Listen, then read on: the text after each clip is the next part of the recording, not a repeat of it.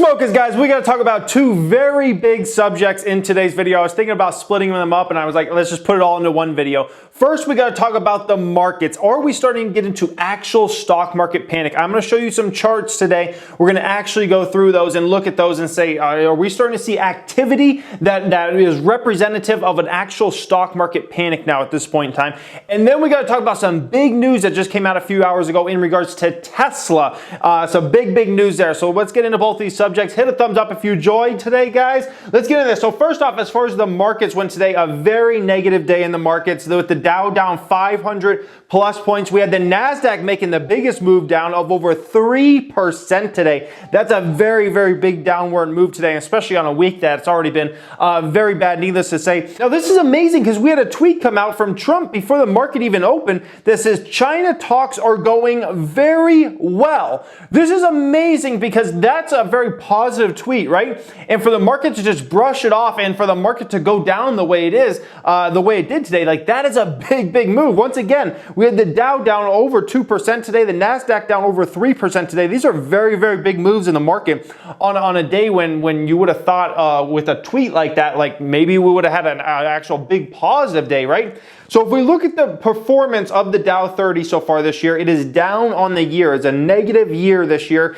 And unless we have some type of Santa Claus rally over the next few weeks, we will finish down on the year. The 3-month is down nearly 6%. The 1 month down nearly 7% for the Dow 30. Only reason the Dow 30 I think has held up decently well over the past few months, let's say, compared to the NASDAQ, which we'll look at here in just a second, and the S&P 500, is because some of those stocks like the Procters & Gamble's and Johnson's & Johnson's have held steady. I think those will end up eventually falling here, but they've held relatively steady so far. As far as the NASDAQ, in the last 3 months, down nearly 12% in the NASDAQ. That's a huge move downward for an entire index there. S&P 500 down 8.31% in the past 3 months, and yes, it is negative on the year, down 1.5% year to date, all right? Now, the question is, are we starting to actually see some panic type activity out there, all right? So I'm not the biggest fan of looking at charts. However, if you want to look for panic type activity, you really have to look at charts and the way indexes are reacting and the way stocks are reacting, okay? So if we look at the Dow Jones Industrial Average here,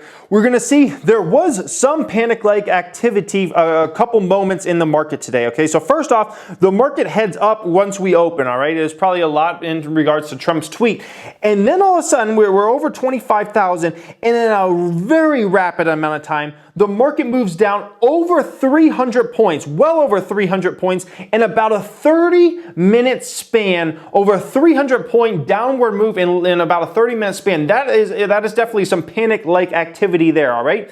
Then things kind of balance out for just a bit, maybe about 15, 20, maybe 30 minutes there. Things kind of start balancing out. And then another rapid downward move of over 200 plus points in another 30-minute span. So in a mere hour to an hour and a half, we had a 500 plus downward move in literally about an hour and a half time. That is very panic-like activity there in the markets for those type of moves in just a very rapid amount of time where you get 100, 200, 300, 400, 500 plus, downward move in such a rapid amount of time, okay?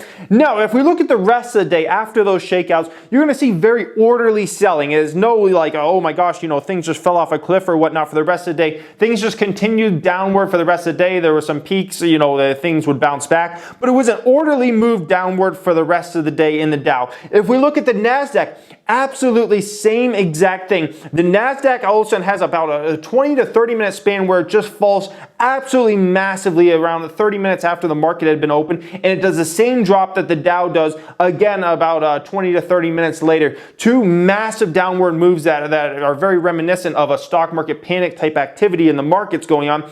But then for the rest of the day, it's an orderly decline of just consistency. Some bounces back, but it's just a downward move over in general, okay? So what I would say out there in the stock market as of right now, we're seeing some panic-like activity, which I wish there would just be a full-on panic. That way we can just kind of like get this washed out. But we're seeing some panic-like activity in the market, but it's not for a full day. We're just seeing it in groups, like a 20-minute span or a 30-minute span where the market can just go boom, boom, boom, down several hundred points just like that. That's when you start to see some panic-like activity and people's stop losses start to get hit and more shares get sold and people are like, oh my gosh, we just got to sell, sell, sell. That's a type of panic-like activity. So we're not seeing it fully yet, but we're seeing some glimpses of it when you see those massive moves in a 15, 20, 30-minute span, all right? Now, imagine just for a moment if that tweet said China talks are not going very well. Imagine if Trump sent out that tweet this morning.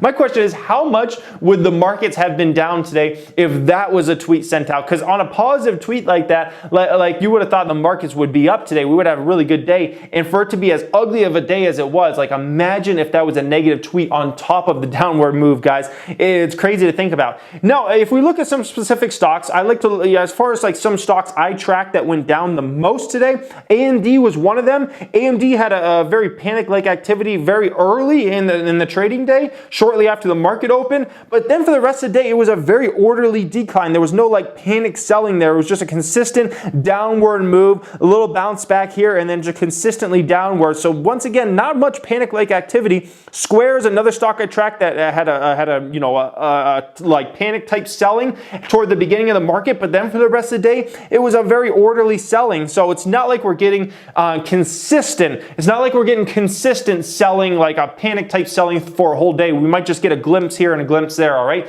Now, in terms of like the put options are amazing right now. I've been pointing this out to you guys for several weeks now. AMD, Nvidia, and Square are the three stocks that put options are just being very successfully traded with. You're getting hundreds of % gain there. Calls are good every once in a while because when the market does bounce back, these stocks tend to bounce back 8-10%.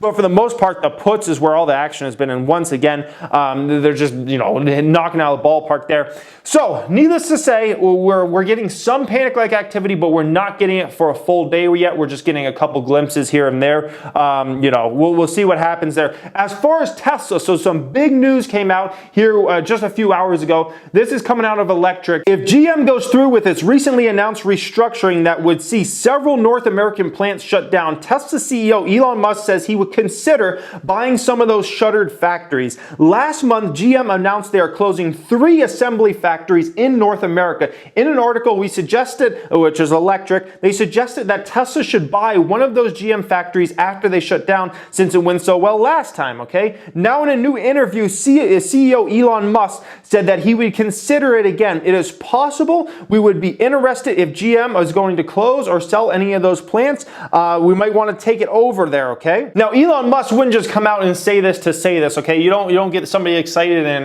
this is kind of like Elon Musk putting it out there in the media like, hey, GM, come talk to us. We might be interested in doing something here. You don't just say something like that. Oh, yeah, we might be interested in buying a plant unless there's some intent there at least that you're willing to hear, what GM has to say, what price they would want. Would they, or could you maybe work out a deal that's non-price related? Maybe some patents or maybe some designs, or maybe Tesla kind of can help consult them as far as getting on the electric game. We know Elon Musk has tried to be very open with other companies as far as, we'll help you guys out. We want an electric future. We'll help other car companies out. Most car companies haven't wanted Tesla's help. They're very open.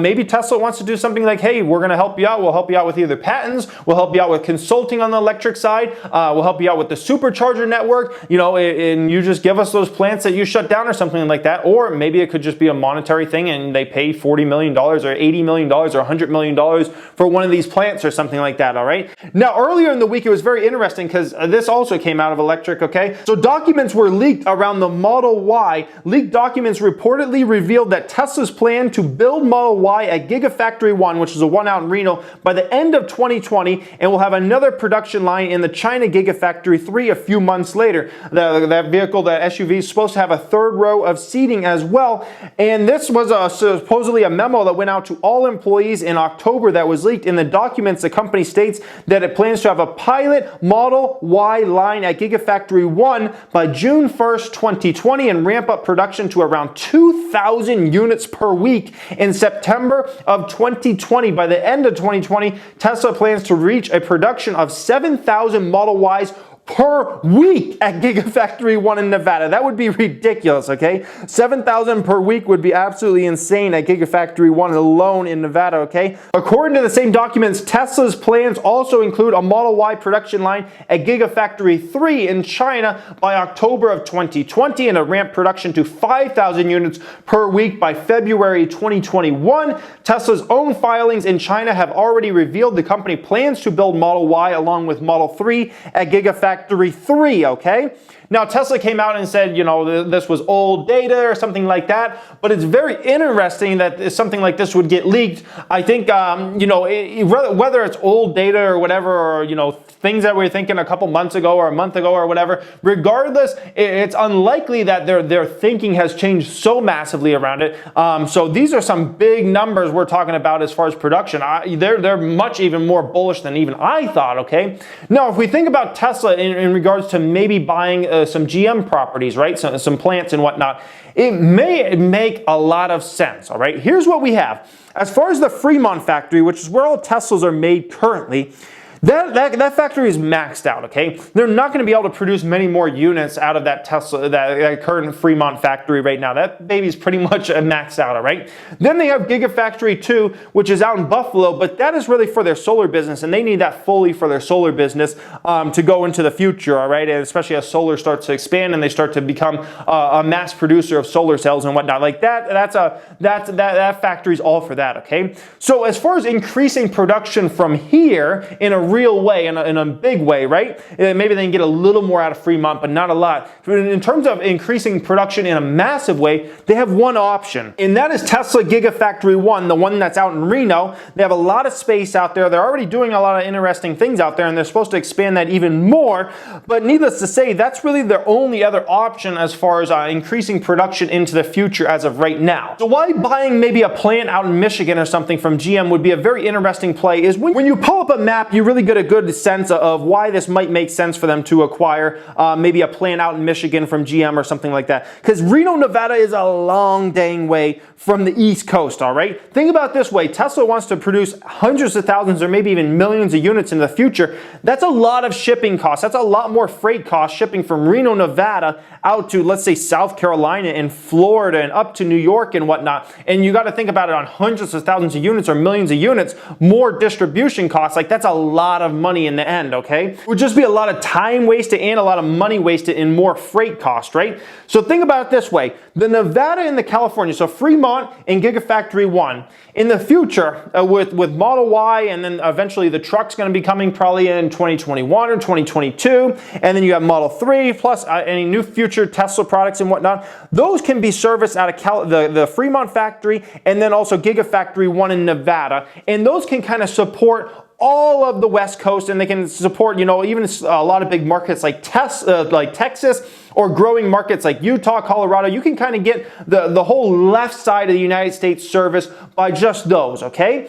And then if you acquire a nice big plant out in Michigan, that can kind of help support all of the East Coast, and that can help bring down a lot of costs as far as the transportation of all your new vehicles going all over the place, and probably bring down the cost by at least a few $100, if not $1,000 per vehicle on Tesla's side. So it just makes a lot of sense if you kind of look at it from that perspective. Because like I said, like imagine you order, you get a vehicle produced at the Fremont factory. That's a long transportation ride just to get up to New York or Virginia or Kentucky or Georgia or South Carolina or something like that, right? You have a Michigan plant, it's a much shorter distance there. So if I'm looking at it from Tesla's perspective, I think it's definitely makes sense to maybe get a car distribution plant out, somewhere on the East Coast. I think it would be a very good idea. I think it would bring down a lot of costs on all these automobiles in the future. It would bring it down on the consumer side and the Tesla side and make things just a lot easier. I think it's definitely worth looking into. I think Elon Musk is onto something there. We'll see if any actual deal gets done, but it's exciting, needless to say, because I think Tesla's going to need more production